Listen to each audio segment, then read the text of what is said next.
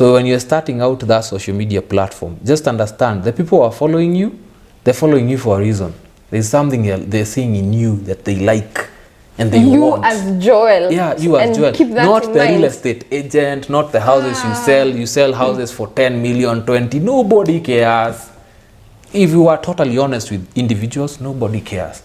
You are, say, a model and you're very pretty and all that.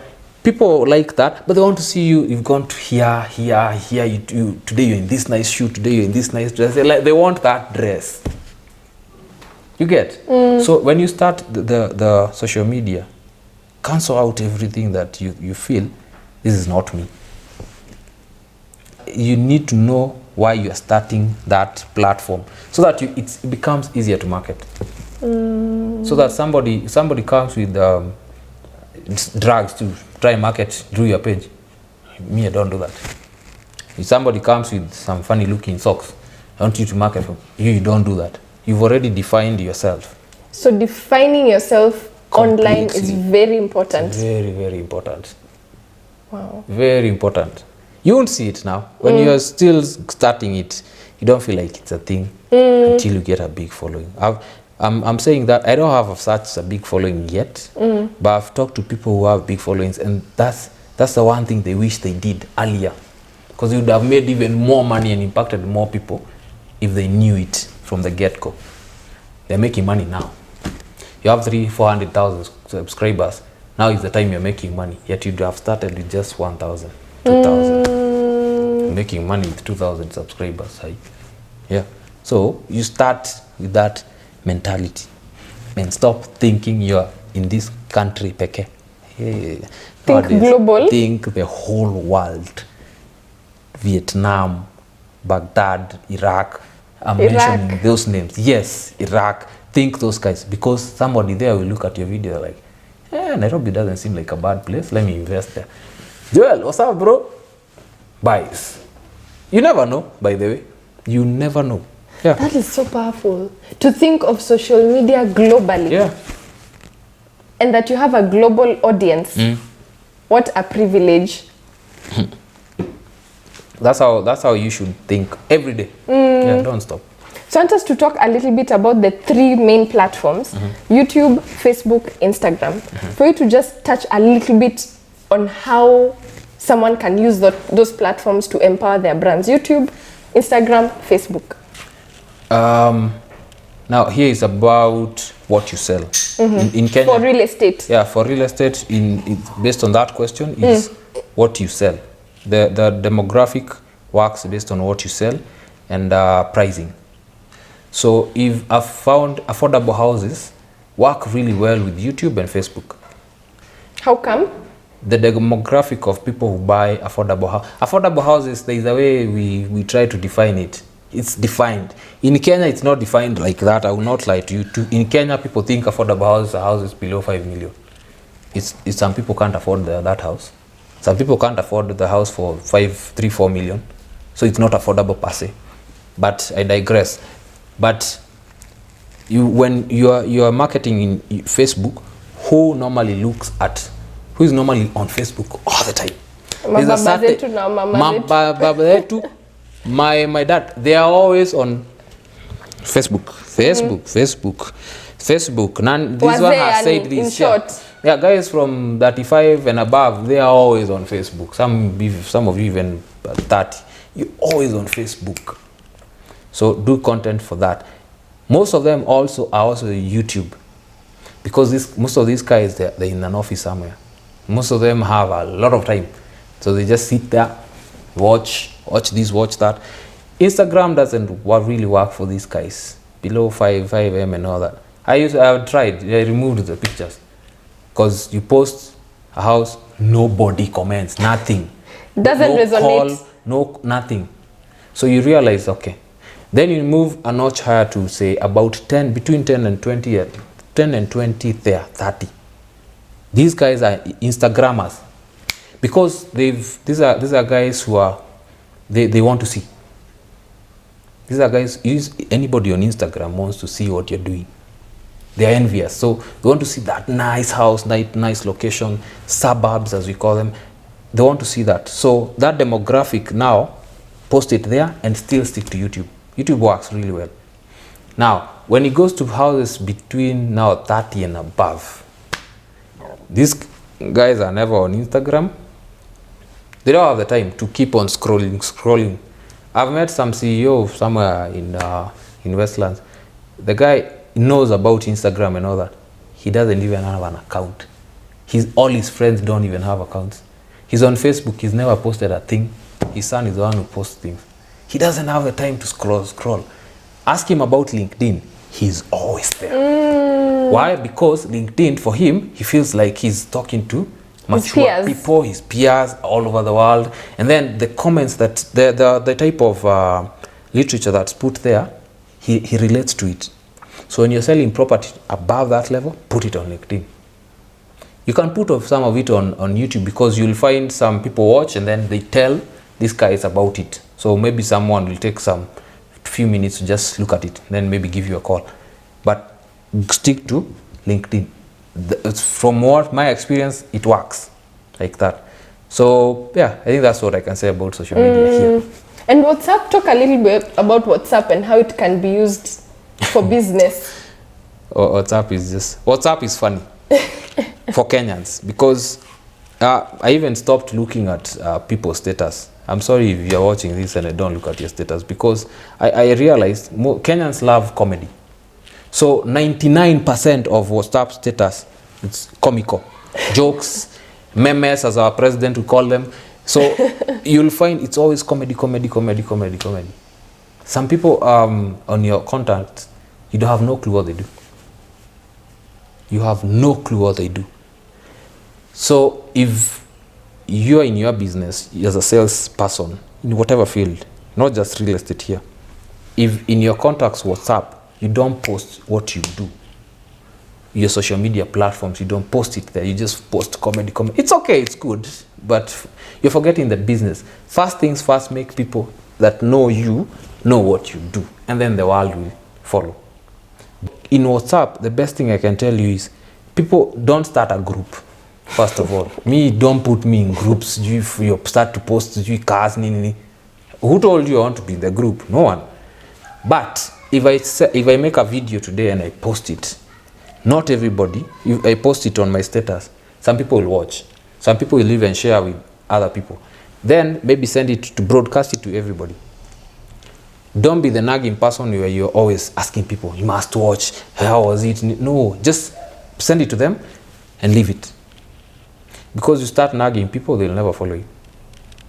So use it wisely. Let people know this is a serious guy, this is a serious person who does this business like this. It will work for you. Otherwise, keep posting your memes. So now, to wrap up, 3 things you can advise a real estate agent who's looking to build their online personal brand. What are the 3 things they can start doing today to start that journey? Where do they start? 3 things. 3 things. Okay. Number 1. First understand, no one cares about you. That's painful. Even on Instagram. Nobody cares. Nobody cares. No one. People pretend, they tell you we love you. You know, our situation right now that's happening, that happened just some time back. 2 people were kosana kabisa, and everybody started trashing one guy.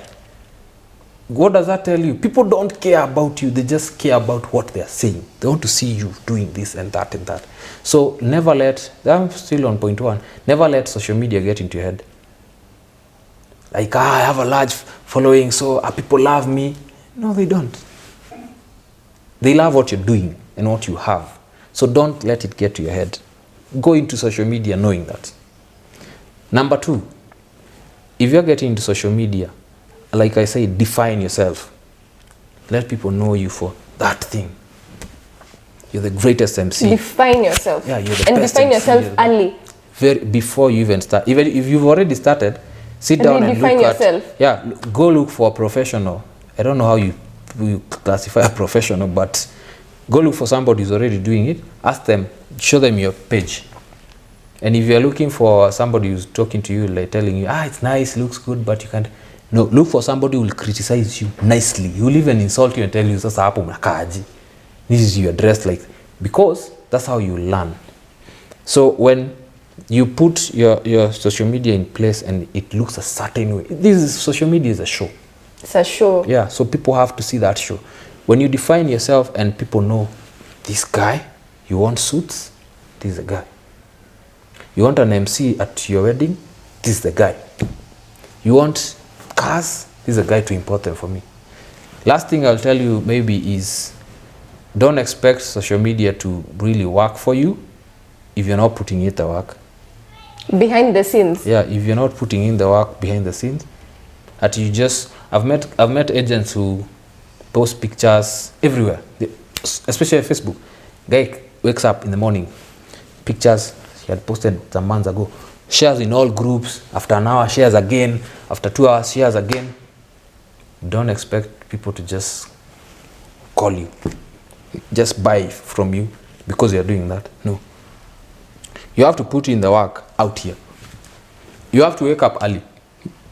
And if you're sleeping, you continue sleeping. You have to wake up early.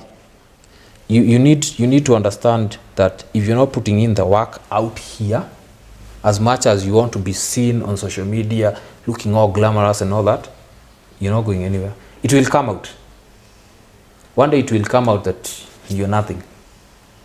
And what does the work constitute in real estate? In real estate, now if the basic thing, like? Learn, understand your property, understand yourself, practice how to sell, how to close and all that.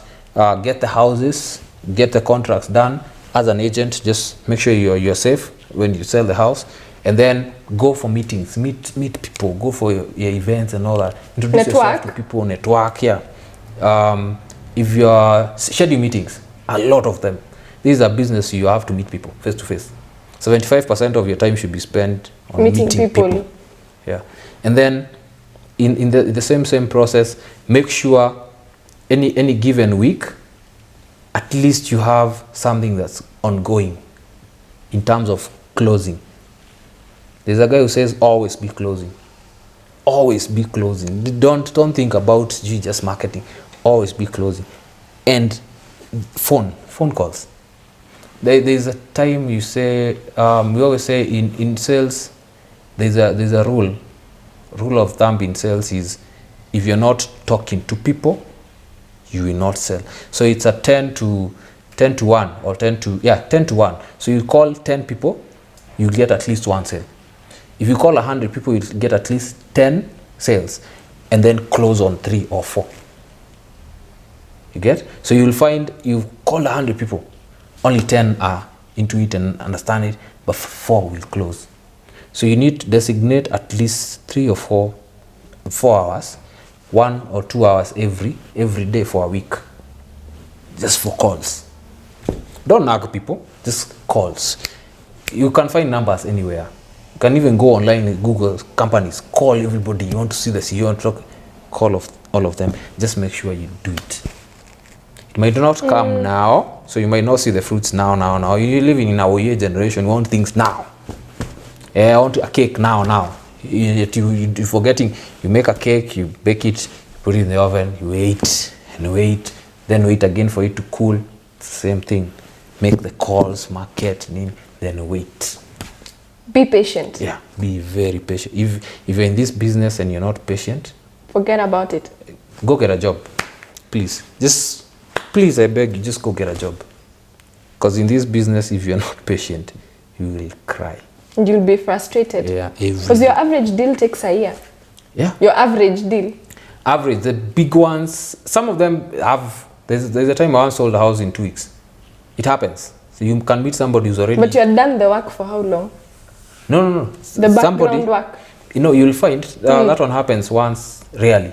Find the person already had a pre-approved loan. It's already out. So they have the money at hand. The bank is just waiting for the person to get the house. So when you get the house, the surveyor comes immediately, does the conveyancing and all that. It's done. Within like a week, the money is sent. It's approved, all that. And then you are paid your commission by the owner so that they continue the process. It has happened. It happens. But it's very rare for it to happen. It's rare. Yeah, so most of them take a month, 2-3 months. Yeah. Yeah. So a lot of patience. Yeah. And even as you grow your social media, you also grow your business on the background. Okay. Yeah. And then lastly, frequency on social media. How frequently should you upload Now, content on your social media pages? consistency is the key. Even it's the same way you say in business. If you're not consistent, you'll die. We chase in social media. We chase likes. I've seen so many people chasing likes and all that. It's okay. It's good. It's very good, by the way. But you should chase people contacting you. That contact. Impact. Yeah. That person calling you, texting you. That's what you should chase. That's what I advocate. If you look at all my YouTube videos, I tell action. Yeah, take your phone, call me, text me. People actually do it, which I appreciate. So consistency here is on, if once you've defined and all that, you can look at the timelines. When do Kenyans go to work? When do they, and they normally on social media? It's like supermarkets. In supermarkets worldwide, they say their business, they make most money over the weekends, Saturday and Sunday, because most people are not working, so they have time to come to the supermarket. On social media, what are the times that people actually are online? When they're having lunch, when they're having breakfast, in the evening when they're going home, most of them in matatu somewhere, or somebody's stuck in traffic. That's the time people are online. So identify that, post it then. If you are, say, on YouTube, you can be doing, say, tell your subscribers or your viewers when you'll be posting the videos. After you defined yourself. Like me, maybe I don't post as much as possible because there's a way I do my videos. I'm hoping it's going to change very soon. But once people know this guy posts on Wednesday at 10 a.m., they'll be there and it will grow. Yeah. So be consistent, be intentional, and define who you are very early. Yeah.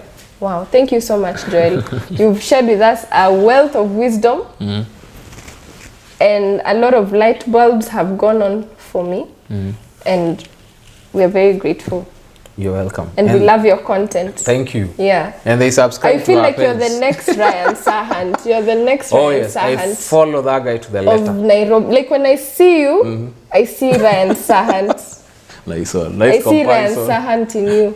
Yeah. Thank you. Thank you. So keep doing what you're doing. Yeah, he's a great guy. He's a very great guy. The same energy he has is the energy you have.